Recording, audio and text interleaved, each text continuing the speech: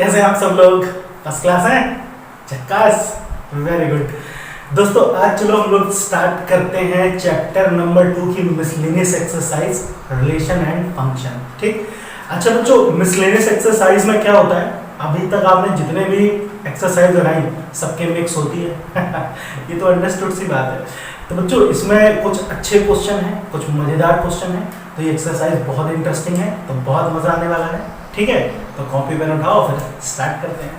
तो देखो बच्चों, ये आप देख सकते हैं, ये क्वेश्चन दिया हुआ है। देखिए इसमें क्या हो रहा है कि the function f is defined by, ठीक, ये देखो फंक्शन दिया हुआ है, डिफाइंड है, ठीक। उसके बाद में दूसरा उन्होंने क्या कह दिया है कि the relation g is defined by gx, ठीक। ऐसे दो बातें दे रखी हैं।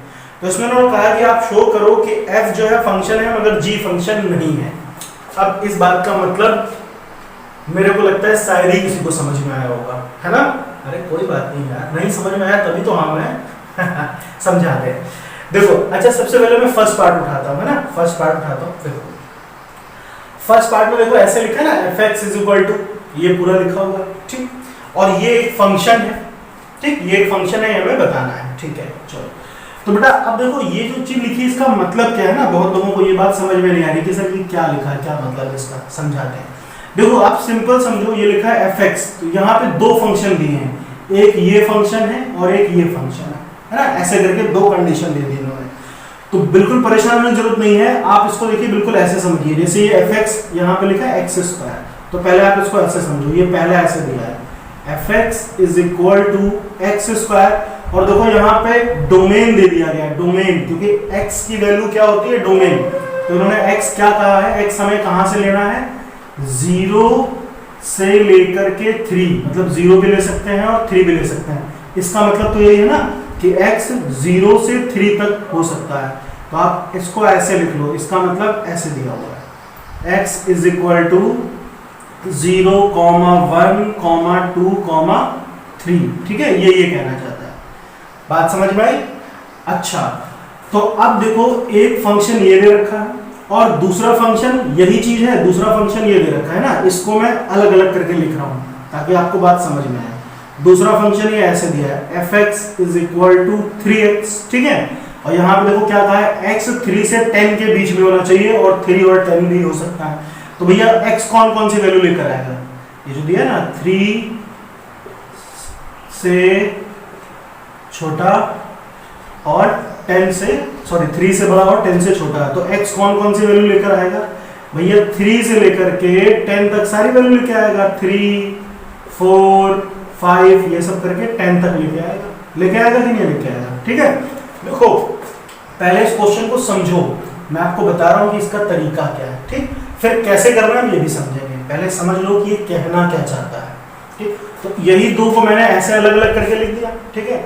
अच्छा अब ये फंक्शन है, तो फंक्शन के लिए क्या होती थी कंडीशन कि फंक्शन में जो पहला बॉक्स होता था सेट ए, उसका कोई एलिमेंट खाली ना हो और सबकी एक ही यूनिक इमेज हो, है ना, ये कंडीशन होती थी। तो चलो भाई ठीक है, कोई दिक्कत नहीं। अब अगर बच्चे देखो मैं इसके लिए सेट बनाऊं, पहले इसके लिए देखो ना, पहले वाले के लिए देखो, अगर मैं इसके लिए सेट बनाता हूं, यहाँ पे देखिए ध्यान से, ठीक है, बहुत आसान है, बिल्कुल परेशान होने की जरूरत नहीं है, बहुत आसान क्वेश्चन है, ठीक।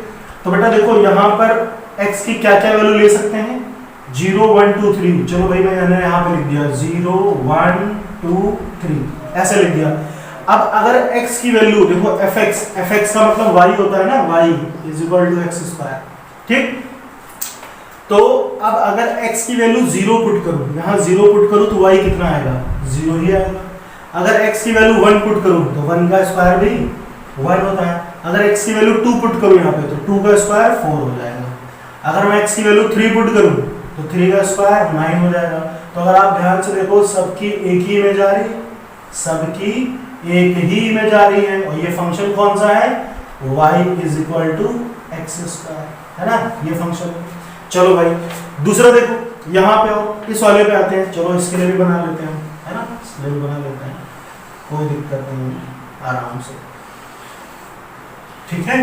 तो अब ये वाले पे देखो हम x की वैल्यू कहाँ से ले सकते हैं, 3 से लेके 10 तक, तो यहाँ पे लिख लो आप 3, 4, 5, 6, 7, 8, 9 10 यही तो लेंगे। ठीक है, चलो भाई अब यहाँ पुट करो, इसका फंक्शन तो ये दिया है ना, आप इसको भी चाहो तो ऐसे लिख लो y is equal to 3x। तो देखो यहाँ पर अगर x मैं यहाँ पे 3 पुट करूँ तो कितना आएगा 9 आएगा। अगर मैं x 4 पुट करूँ तो 4, यहाँ पे देखो 4 3 जा 12 आ रहा है। अगर मैं x 5 पुट करूँ तो 5 3 जा 15। इसी तरह f 6 पुट करूँ तो कितना हो जाएगा 6 3 जा 18, फिर 21, फिर 24 27 और 30। x की वैल्यू 10 तक पुट कर दी मैंने। तो बच्चे देखो सबकी एक ही इमेज आ रही है, सबकी एक ही इमेज आ रही है। ऐसा कहीं नहीं है कि x की किसी एक वैल्यू के लिए इसकी दो इमेज हो जाए। तो इससे तो पता चल गया कि ये फंक्शन है ना, इस तरह से पता चल गया। लेकिन अब हर एक क्वेश्चन में आप ये सब थोड़ी बनाते फिरोगे, कहां तक बनाओगे, है ना, कहां तक बनाओगे। ये इस क्वेश्चन को समझने का तरीका था। तो इस तरह से तो समझ गए हम कि फंक्शन तो है, ठीक है ना, क्योंकि सबकी एक ही इमेज है ना, और कोई भी एलिमेंट खाली नहीं है। ठीक है, चलो। लेकिन अब अगर ये क्वेश्चन पेपर में आएगा तो आप करोगे कैसे, इतना तो समझ गए आप। ठीक है ना, इसको आप मैं हटा देता हूँ, है ना, इसको हटा देता हूँ। अच्छा एक चीज यहाँ पे आप और देख लो, यहाँ पे देखो x की वैल्यू 3, तो 3 पर इसकी इमेज कितनी आई 9। यहाँ पे भी देखो दूसरे वाला, ये दूसरा फंक्शन उठाया ना मैंने, यहाँ पर x की वैल्यू 3 ली तो भी इमेज कितनी आ रही 9। यही बस इसका लिंक है समझने वाला। ठीक है, तो ध्यान से देखो, इसको मैं हटा दे रहा हूँ। अब बेटा जब भी आपको ये क्वेश्चन दिया जाएगा, है ना, आपको क्या करना होगा, है ना, सबसे पहले आपको देखना है ये जो फंक्शन दिए हैं, देखो 0 से लेके 3 पर फंक्शन ये वाला, और 3 से लेके 10 पर ये वाला, है ना। तो सबसे पहले आप इसमें देखो कॉमन पार्ट क्या कहा गया है। देखो x इज इक्वल टू 3 यहाँ पे भी आया है, और x इज इक्वल टू 3 यहाँ पे भी आया है ना। तो यानी x की वैल्यू 3 रखने पर जो वैल्यू आए इस वाले फंक्शन की, और x की वैल्यू 3 रखने पर जो वैल्यू आए इस फंक्शन की, दोनों इक्वल होनी चाहिए। मतलब x की वैल्यू 3 रखने पर दोनों की इमेज सेम होनी चाहिए। अगर इमेज, अब ये x की x क्या है, डोमेन है। अगर आप x 3 पुट करो और उसकी इमेज 2 हो जाए, मतलब 3 पुट किया अलग अलग आंसर आ गया, तो फिर फंक्शन का क्या होगा, दो इमेज हो गई ना, इमेज एक ही होनी चाहिए। तो सबसे पहले हम यहाँ पे क्या पुट करेंगे, इस वाले में लिखेंगे put x is equal to 3, तो यहाँ पे पुट करेंगे fx is equal to x square, ये दिया हुआ है ना, ये फंक्शन दिया है। तो इसमें हमने क्या पुट किया x इज इक्वल टू 3, तो यहाँ पुट करो तो कितना आएगा ये, ठीक है, यहाँ पे ये y हो जाएगा। तो पुट करते हैं तो 3 का स्क्वायर कितना हो गया 9 आ गया, ठीक, रेंज। चलो अब इस वाले में आते हैं, दूसरा वाला उठाते हैं fx is equal to 3x, तो इसमें भी आप पुट कर लो, क्या पुट करना है, x इज इक्वल टू जो कॉमन है बस वही वैल्यू पुट करनी है। तो यहाँ भी 3 पुट करो, तो 3 इंटू 3, तो ये भी कितना आया 9 आया। ध्यान से देखो, अगर x 3 रखने पर चाहे आप यहाँ रखो चाहे यहाँ रखो, इमेज सेम आ रही है। तो अगर सेम इमेज आती है, एक यूनिक इमेज, तो वो क्या होता है, फंक्शन। तो ये पहला पार्ट क्या हो गया, फंक्शन हो गया। बात समझ में आ गई सबको, ठीक है। चलो अब इसका दूसरा पार्ट करते हैं ना, इसको आप लिख लेना, हटाते हैं। अब बच्चों सेकंड पार्ट देखते हैं, ठीक। तो देखो इसमें भी कॉमन पार्ट क्या है, यहाँ पे देखो x is equal to 2, x is equal to 2, ठीक। तो सबसे पहले हम ये वाला फंक्शन उठाते हैं। अब देखो जहाँ fx होता था वहाँ आप gx लिख दिया, तो कोई दिक्कत नहीं है, जो उनकी मर्जी वो लिख दें, हमें कोई फर्क नहीं पड़ता, ठीक। तो x की वैल्यू में क्या लेंगे, 2 पर देखनी है ना, 2 पे इमेज क्या आती है। तो जब हम यहाँ पुट करेंगे x इज इक्वल टू 2, तो यहाँ पुट करो तो कितना आएगा, देखो gx का मतलब y ही है ना, y। तो यहाँ पुट करोगे तो कितना आएगा, 2 का स्क्वायर यानी 4 आएगा, है ना, 2 का स्क्वायर 4। चलो अब फिर से फंक्शन कौन सा उठाया, ये वाला उठाया, दूसरा वाला 3x, ठीक। और ये देखो डिफाइंड है ना यहाँ पर 0 से 2 के बीच में, तो आप ये चीज यहाँ पर लिख लेना 0 से लेकर के 2 तक, ठीक है। और ये वाला कहाँ से डिफाइंड है, इसके पहले वाले क्वेश्चन में भी लिख लेना, अगर मैंने नहीं लिखा था, जो भी इंटरवल था ना वो लिख लेना। तो फिर बेटा यहाँ पर ये तो हो गया y is equal to 3x, तो यहाँ पे पुट कर लो आप, क्या पुट करेंगे, x इज इक्वल टू 2, तो यहाँ पुट करोगे तो 3 इंटू 2 कितना हो जाएगा, 6 हो जाएगा ना, 3 दूनी 6, x की जगह 2 लिखा। तो बेटा देखो यहाँ y मतलब जो फंक्शन है x की वैल्यू 2 लिखने पे 4 आ रही, और यहाँ पे x की वैल्यू 2 लिखने पे 6 आ रही।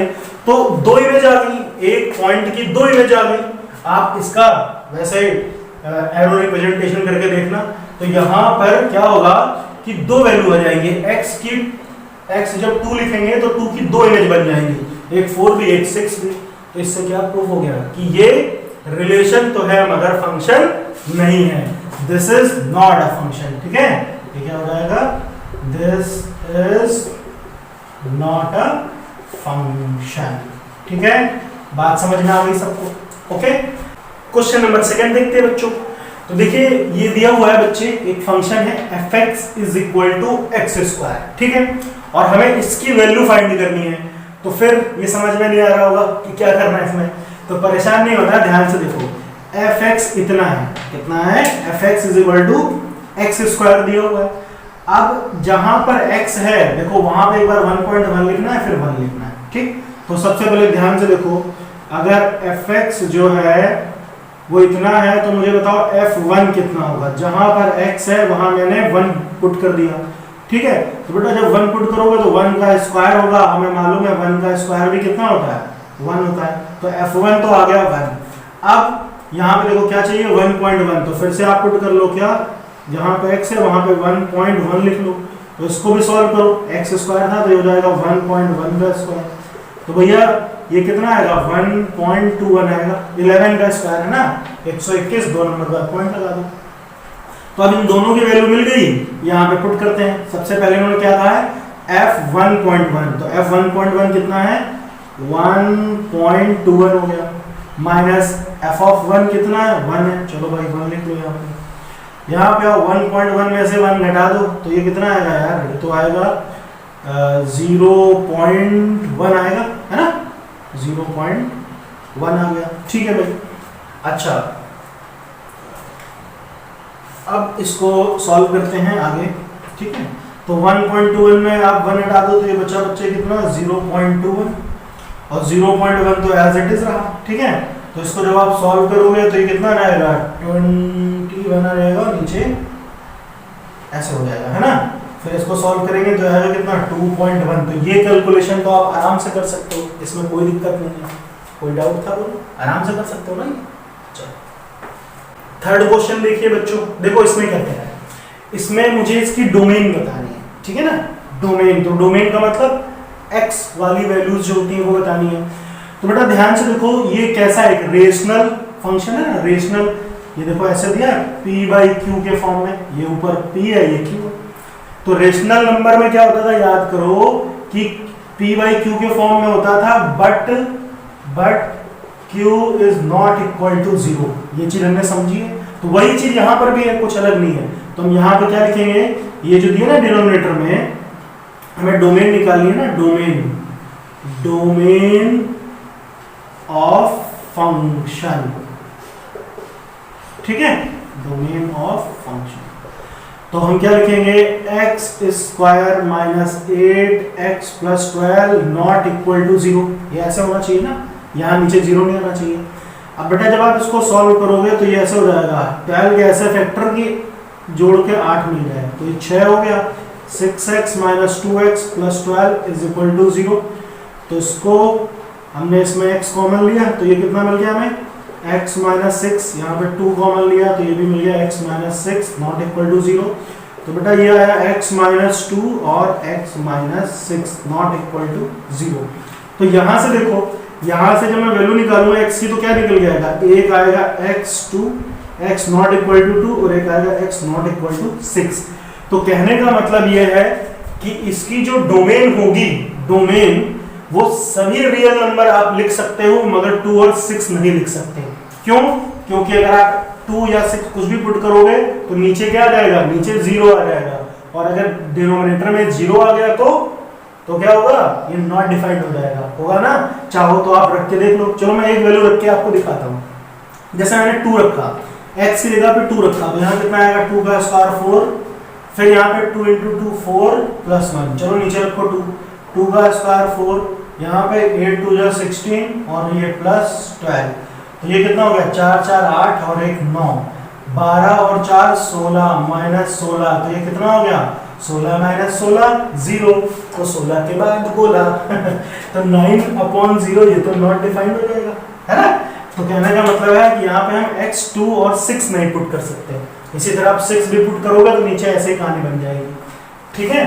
तो बाकी इसके सभी रियल नंबर लिखे जा सकते हैं, बस 2 और 6 नहीं होगा। तो डोमेन ऑफ फंक्शन क्या होगा, x belongs to all real number, मगर क्या नहीं हो सकता, 2 और 6 नहीं हो सकता। ठीक, समझ में आ गएगा। चलो 4 नंबर क्वेश्चन देखो बच्चों, देखो ये दिया है fx is equal to root over x minus 1। तो अगर आपको थोड़ा सा भी ध्यान होगा, और होना भी चाहिए, है ना, क्या बताया था मैंने कि जो रूट वाले फंक्शन होते हैं इसके अंदर कभी निगेटिव नहीं आता, है ना। ये समझाया था मैंने आपको बहुत अच्छे से, याद है कि नहीं, वेरी गुड। तो भैया ये निगेटिव नहीं होता, और निगेटिव नहीं होने का मतलब वैल्यू क्या होनी चाहिए, 0 या 0 से बड़ी। ठीक, इसके अंदर रूट में 0 आ जाए ठीक है, लेकिन निगेटिव नहीं आना चाहिए। ठीक, तो हम क्या लिखेंगे, डोमेन निकालनी ना मैं पहले डोमेन, तो यहाँ पे लिख लो आप, चाहे फॉर डोमेन या डोमेन ऑफ फंक्शन, कुछ भी लिख लो जो आपका दिल करे। तो डोमेन के लिए क्या होगा कि x minus 1 always greater and equal to 0, क्योंकि नीचे देखो इसके अंदर 0 आ जाएगा। 0 कब आएगा, आप x की वैल्यू 1 पुट करो, 1 माइनस 1 0, फिर 1 से बड़ी पुट कर सकते हैं, है ना। तो 0 से बड़ी, तो यहाँ से अगर आप x को निकालोगे तो क्या आएगा, x greater and equal to 1, ऐसे तो आएगा। भैया माइनस 1 जाके प्लस 1 हो जाएगा ना। तो हम x की यहाँ पे वैल्यू कौन कौन सी रख सकते हैं, 1 और 1 से बड़ी, यही तो मतलब है 1 और 1 से बड़ी। तो डोमेन ऑफ फंक्शन क्या आ जाएगा, x बिलोंग्स टू, हम 1 भी रख सकते हैं, और 1 से बड़ी कहां तक, 1 से बड़ी आप इनफाइनाइट नंबर लिख सकते हो। तो ये ऐसे हो जाएगा, ठीक है। ये क्लोज इंटरवल, ओपन इंटरवल, और ये क्या होता है ये मैंने आपको बहुत अच्छे समझाया है, ठीक है। चलिए अब बात करते हैं बेटा रेंज की। तो यहाँ पे आते हैं फॉर रेंज। तो रेंज के लिए क्या होगा, यही जो दिया ना, इसको पहले आप ऐसे लिख लो, y is equal to root over x minus 1, है ना, ये चीज हमने समझी है। अच्छा अब क्या करेंगे, अब यहां पर हम क्या करते हैं, दोनों साइड स्क्वायर करते हैं। तो बेटा जब इसका स्क्वायर करोगे तो ये ऐसे हो जाएगा, y स्क्वायर, और स्क्वायर से तो ये रूट खत्म हो गया, x माइनस 1। तो यहां से अगर मैं x की वैल्यू निकालूं, ये y की वैल्यू दी थी ना, y की value y is equal to something, तो अब अगर आप x की वैल्यू निकालोगे तो कितना हो जाएगा, x इज इक्वल टू, ये माइनस 1 इधर आया तो प्लस हो जाएगा, तो हो जाएगा y स्क्वायर प्लस 1। अच्छा अब एक चीज देखो, यहाँ पे देखो x क्या बोला था उन्होंने, x always greater and equal to 1। तो x की जगह पे मैं ये चीज लिख सकता हूँ ना, आप इसको चाहो तो ऐसे लिख लो यार, कोई दिक्कत नहीं है, y square plus 1 is equal to x, मतलब तो वही है। तो बेटा x की देखो, x क्या कह रहा है, x always greater and equal to 1 होना चाहिए। तो हम यहाँ पे ऐसे लिख सकते हैं, always greater and equal to 1, ठीक। अब फिर ये क्या होगा, 1 से 1 खत्म हो जाएगा, तो ये कितना आएगा, y square always greater and equal to 0, क्योंकि 1 से 1 खत्म तो 0 आया, तो y always greater and equal to 0। तो कहने का देखो y मतलब है रेंज, रेंज मतलब इसका आंसर, है ना। तो इसका आंसर 0 या 0 से बड़ा आएगा, कब, जब आप x की वैल्यू 1 या 1 से बड़ी रखोगे, क्योंकि हम 1 और 1 से बड़ी भी पुट कर सकते हैं, ठीक। तो रेंज क्या हो गई बच्चे, range of function y belongs to, हम क्या लिख सकते हैं, 0 तो लिख सकते हैं, और फिर 0 से बड़ा कोई भी नंबर, इनफाइनाइट तक आप कुछ भी लिख दो। तो ये हो गया इसका रेंज और डोमेन, ठीक है। क्वेश्चन नंबर 5 देखते हैं बच्चों। तो देखो यार ये दिया हुआ है fx is equal to mod of x minus 1। तो बच्चों मॉडुलस के ऊपर तो मैंने आपको पूरा एक टॉपिक समझाया था कि मॉडुलस क्या होता है ना, सारी इसकी कहानी बता रखी थी मैंने, ठीक है भाई। चलो समझते हैं। तो बेटा देखो मैंने क्या बताया था कि इस मॉड के बाहर, है ना, इसके बाहर कोई भी वैल्यू नेगेटिव नहीं होती, ऑलवेज पॉजिटिव रिजल्ट देता है, ठीक। तो आप x चाहे जो भी पुट करो, जो भी आपका मन करे पुट कर लो, इसके बाहर तो वो पॉजिटिव ही बन जाएगा, बन जाएगा नहीं बन जाएगा। तो x तो आप जो चाहे पुट कर लो, जैसे मेरा x का मतलब है मैंने x1 लिखा, तो ये कितना हो जाएगा, आप x1 लिख सकते हो, तो ऐसा हो जाएगा 1 माइनस 1, तो ये कितना हो गया, मॉड 0, तो ये 0 रहा, कोई दिक्कत नहीं भाई। 0 पॉजिटिव है नेगेटिव मालूम है आपको, नहीं मालूम है, तो 0 तो दोनों में आ जाता है, ठीक। चलो x कुछ भी पुट कर लो, मैंने x की वैल्यू -100 पुट कर तो ये कितना हो जाएगा -100 -1 तो कितना आया -101। और जब ये सॉल्व होगा इससे बाहर आएगा तो ये फिर से पॉजिटिव हो जाएगा नहीं हो जाएगा। तो एक इससे दो बातें समझ में आई क्या, कि डोमेन तो हम जो चाहे लिख सकते हैं, पॉजिटिव नेगेटिव प्लस माइनस कुछ भी, ठीक, यानी ऑल रियल नंबर। लेकिन इसका रिजल्ट जो होगा यानी आउटपुट यानी रेंज जो निकल के आएगी हमेशा कैसी होगी, पॉजिटिव ही होगी, ठीक। तो बेटा डोमेन क्या हो जाएगा इसका, domain of function x belongs to real number, कोई भी रियल नंबर लिख सकते हो, लेकिन रेंज जो होगी, range of function always positive real number, कैसा आएगा, पॉजिटिव रियल नंबर आएगा। तो पॉजिटिव रियल नंबर का मतलब क्या होता है भैया, देखो पॉजिटिव रियल मतलब 0 से लेकर के इंफिनिटी तक सब रियल नंबर ही कहे जाएंगे, है ना, पॉजिटिव रियल नंबर। तो आप यहाँ पे लिख लो कि y बिलोंग्स टू, आप ऐसे लिख सकते हो पॉजिटिव रियल नंबर, ऐसे लिख दिए ना, प्लस मतलब पॉजिटिव। और इसका अगर आप समझना चाहते हो तो उसको आप ऐसे भी लिख सकते हो कि 0 से लेकर के अब टिल इंफिनिटी तक, ठीक है ना। ये इसकी रेंज हो गई और ये इसकी डोमेन हो गई, ठीक। चलो फिर अगले क्वेश्चन पे आते हैं। अब देखो बच्चों क्वेश्चन नंबर 6 क्या है ना, देखो यहाँ पे दिया हुआ है कि ये इन्होंने दे दिया है कि फंक्शन जो है ना, ये दे दिया है function x x² upon 1 plus x²। अच्छा फंक्शन डिफाइन है r टू r मतलब रियल नंबर, ठीक। तो मुझे इसमें रेंज बतानी है बच्चों, क्या बतानी है, रेंज, ठीक है, रेंज, ठीक है। अच्छा देखो एक चीज देखो बच्चे, जब भी आपको क्वेश्चन लिखा होता था तो ऐसे होता था, यहाँ पे ऐसे x फिर कॉमा y सच दैट, तो कहने का मतलब ये है कि ये आपका y दिया हुआ है, ये जो पार्ट है ना ये y दिया हुआ है। देखो हम ऐसे लिखते थे ना, जब मैंने आपको बताया था कि fx का मतलब होता है y, ठीक। तो ये x है तो ये दूसरा वाला पार्ट y है, तो y की जगह पे हम क्या लिख सकते हैं, fx is equal to x² upon 1 plus x²। यही तो मतलब हुआ ना यार, ये x है ये y है, तो fx बराबर y होता है, तो y की जगह पे ये लिख दिया हमने, ठीक। अच्छा तो बच्चे इसकी रेंज पता करने के लिए एक चीज समझो पहले आप, है ना, ध्यान से देखो। देखो अगर मैं डोमेन की बात करूं, पहले ध्यान से देखो डोमेन, फिलहाल डोमेन तो नहीं कहा गया लेकिन फिर भी समझ लो। अगर मैं इसकी डोमेन ऑफ फंक्शन निकालूं तो बेटा डोमेन तो मैं जो चाहे यहाँ पे x की वैल्यू कुछ भी पुट कर सकता हूँ, कोई दिक्कत है, आप जो चाहे पुट कर लो, और नेगेटिव भी पुट कर सकते हो भाई, नेगेटिव का स्क्वायर भी पॉजिटिव हो जाएगा, तो भी इसका आंसर रियल तो आ जाएगा नहीं आ जाएगा। तो यार हम क्या बोलते हैं कि डोमेन ऑफ फंक्शन तो कुछ भी हो जाएगा, रियल नंबर है ना, x belongs to real number. तो एक चीज देखिए यहाँ पर, है ना, पहले इसको मैं आपको थोड़ा सा समझाता हूँ कि ये है क्या क्वेश्चन। जैसे देखो बेटा यहाँ पर अगर मैं इसका कहूँ कि आप कार्टेशियन प्रोडक्ट बताओ, है ना, कार्टेशियन प्रोडक्ट निकालना उसका, तो कैसे निकलेगा, ध्यान से देखना। अगर मैं x 0 लूँ, 0 है ना, 0 ले सकता हूँ, तो अगर मैं x 0 लूँ तो बताओ y कितना आएगा, y मतलब यही है ना फंक्शन, तो यहाँ पे 0 पुट करो, तो 0 अपॉन 1 प्लस 0, तो ये 0 ही आएगा कि नहीं आएगा, ठीक। चलो अच्छा दूसरा करते हैं, x की वैल्यू 1 पुट करता हूँ, तो 1 का स्क्वायर कितना हुआ, x की वैल्यू 1 पुट की, तो ये कितना हो जाएगा 1 का स्क्वायर 1, और यहाँ पे कितना आएगा 1 प्लस 1, तो ये आएगा 1/2। ये बात समझ में आई है ना, ध्यान से देखते रहना मैं क्या यहाँ पे लिखना चाह रहा हूँ। चलो एक काम करते हैं, मैं x की वैल्यू 2 पुट करता हूँ, तो x की जगह पे 2 लिखो, तो बताओ y कितना आएगा, y, तो ये देखो 2 का स्क्वायर करेंगे तो कितना आएगा 4, और यहाँ पे देखो 2 का स्क्वायर 4 प्लस 1 5 आया, ठीक। चलो एक काम करता हूँ, निगेटिव वैल्यू भी लेके देख सकता हूँ, मैंने x की वैल्यू -1 पुट की, ठीक, ये आपके समझने के लिए बता रहा हूँ क्वेश्चन। तो बेटा अगर x की वैल्यू -1 पुट करोगे तो भी ये -1 का स्क्वायर +1 हो जाएगा, तो 1 अपॉन 1 प्लस 1, तो ये फिर से आ गया 1/2, आ गया कि नहीं आ गया, 1/2 आ गया, ठीक। और अगर आप x की वैल्यू -2 भी पुट करो, तो यहाँ पे देखना -2 पुट करो तो भी कितना आएगा 4/5 ही आएगा।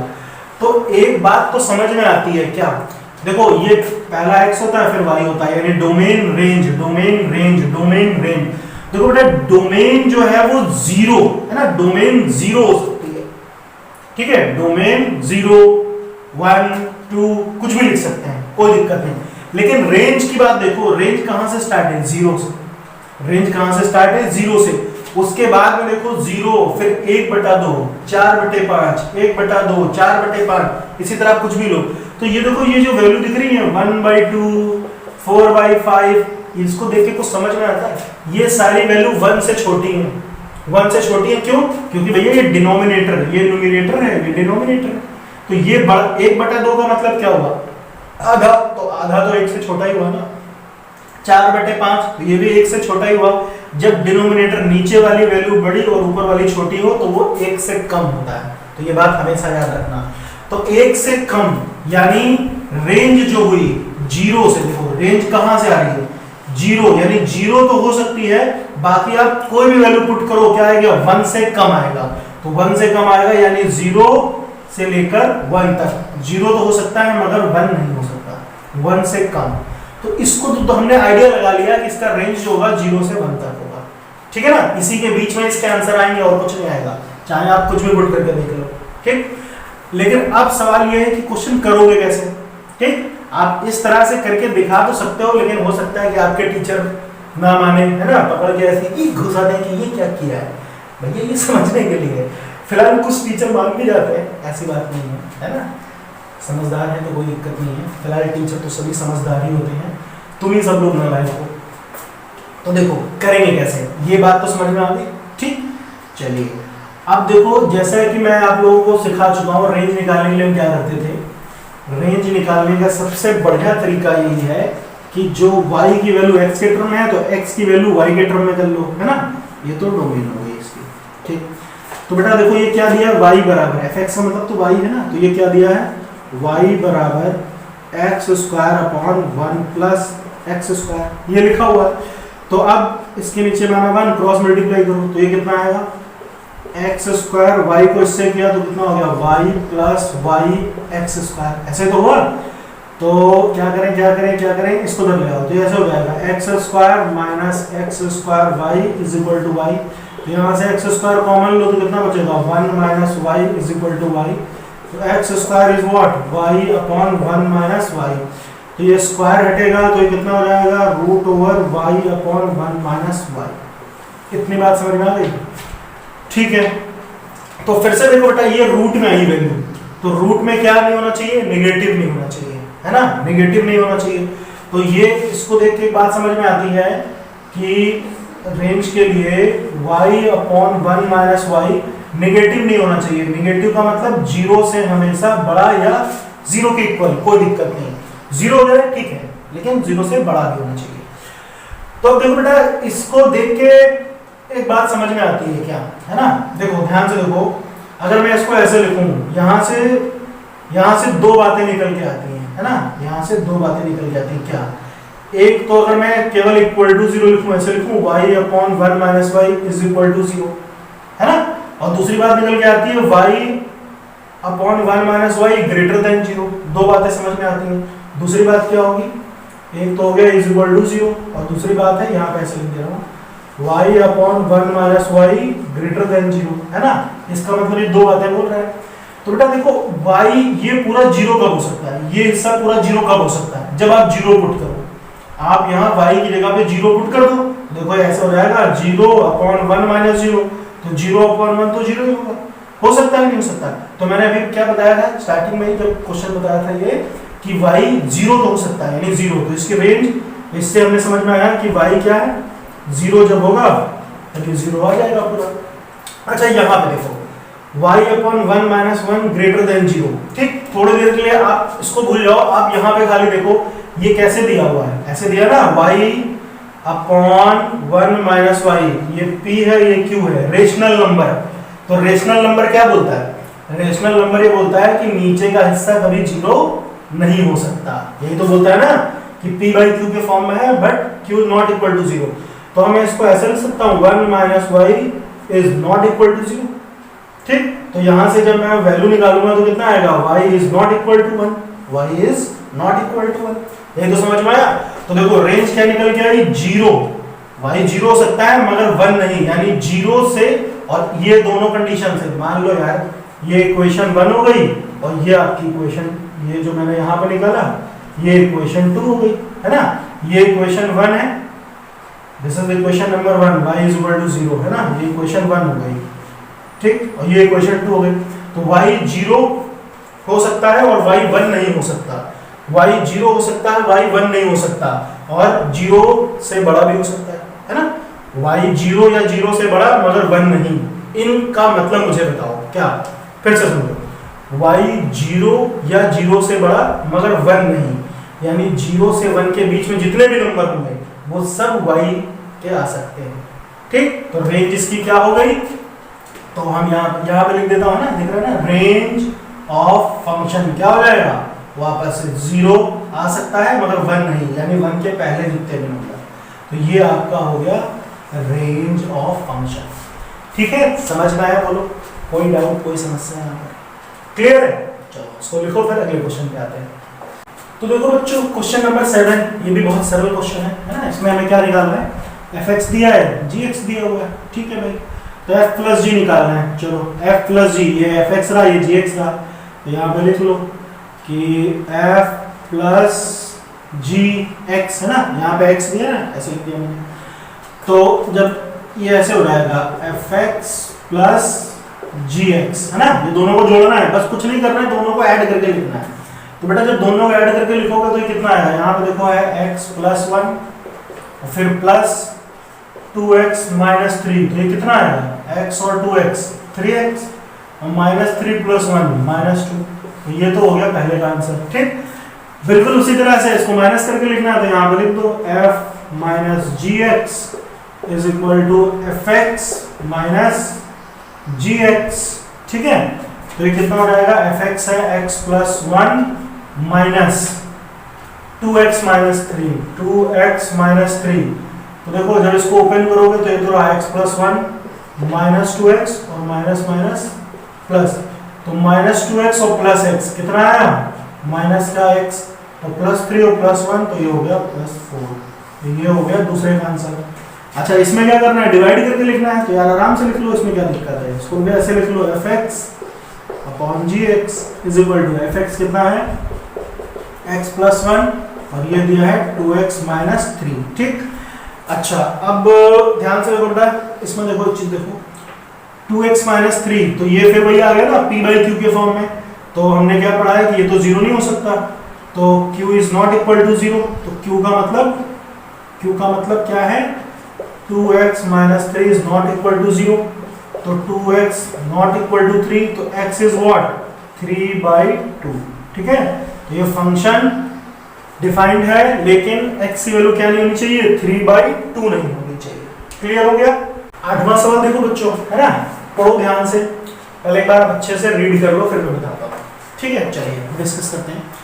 देखो यहाँ पे बच्चों ये फंक्शन दिया है और फंक्शन डिफाइंड कहाँ है, z टू z, z मतलब रियल इंटीजर की बात हो रही है, ठीक है, इंटीजर की बात हो रही है। अच्छा तो इसमें इन्होंने कहा है fx is what, ax plus b, तो आपको क्या बताना है, a की वैल्यू क्या आएगी और b की वैल्यू क्या आएगी, ये बतानी है, ठीक। तो अब एक चीज देखो बेटा, और a b की वैल्यू कैसे निकालेंगे, यहाँ ये जो दिया है ना, ये दिया है फंक्शन, इसकी हेल्प से निकालेंगे। तो देखो हमें पता है यार, ये वैल्यू x होती है, ये y होती है, ये x होती है, y होती है, x होती है, y होती है, x होती है, y होती है। तो कोई भी यहाँ पे आप उठा लो, जो चाहे, चाहे ये उठा लो, चाहे ये, चाहे ये, चाहे कोई भी वैल्यू उठा के यहाँ पुट कर लो, आराम से सॉल्व कर सकते हो। जैसे मान लो देखो fx का मतलब तो y है ना, fx का मतलब y, तो fx की जगह पे y लिख दूं ऐसे। तो ध्यान से देखो y की, चलो पहले ये वैल्यू उठाते हैं, y की जगह मैंने क्या लिखा, 1, a x की जगह पे लिखा मैंने 1 प्लस b, तो a इंटू 1 तो a ही रहेगा, तो कितना आएगा ये, a प्लस b बराबर 1, मान लो ये इक्वेशन 1 हो गई, ठीक। अच्छा अब ये उठाओ, ये उठाओ, कोई भी आप उठा सकते हो वापस इसी में, ये आपके फंक्शन दिया हुआ है, ठीक। अच्छा मैं क्या करता हूँ, ये वाला उठाता हूँ, क्यों, क्योंकि यहाँ पर देखो x तो डायरेक्ट 0 दिया ही हुआ है, तो आराम से काम बन जाए, आप कोई भी लिख लो सबसे आंसर आएगा।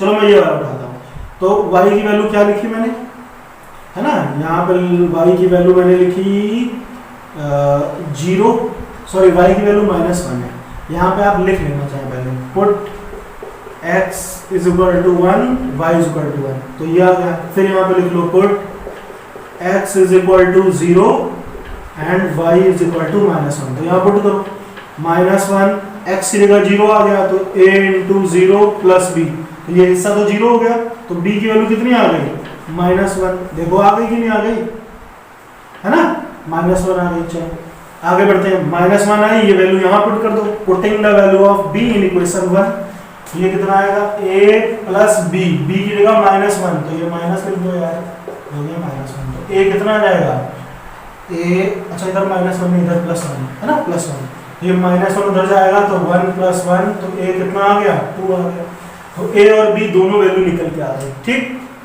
तो बच्चों यहाँ तक के क्वेश्चन की अच्छे से प्रैक्टिस करो। ठीक, और अभी तक मैंने जितना कॉन्सेप्ट आपको सिखाया है रिलेशन फंक्शन पे, वो सबकी अच्छे से प्रैक्टिस कर लो। ठीक, ये नहीं कि आपको सिर्फ जैसे एनसीईआरटी के क्वेश्चन आ गए, एनसीईआरटी में बहुत लिमिटेड क्वेश्चन है, बहुत गिने चुने क्वेश्चन है, आप रेफरेंस भी लगाया करो, अगर कोई क्वेश्चन में डाउट हुआ करे तो कमेंट करके आप मुझसे पूछा करिए। ठीक है ना, ओके, थैंक यू।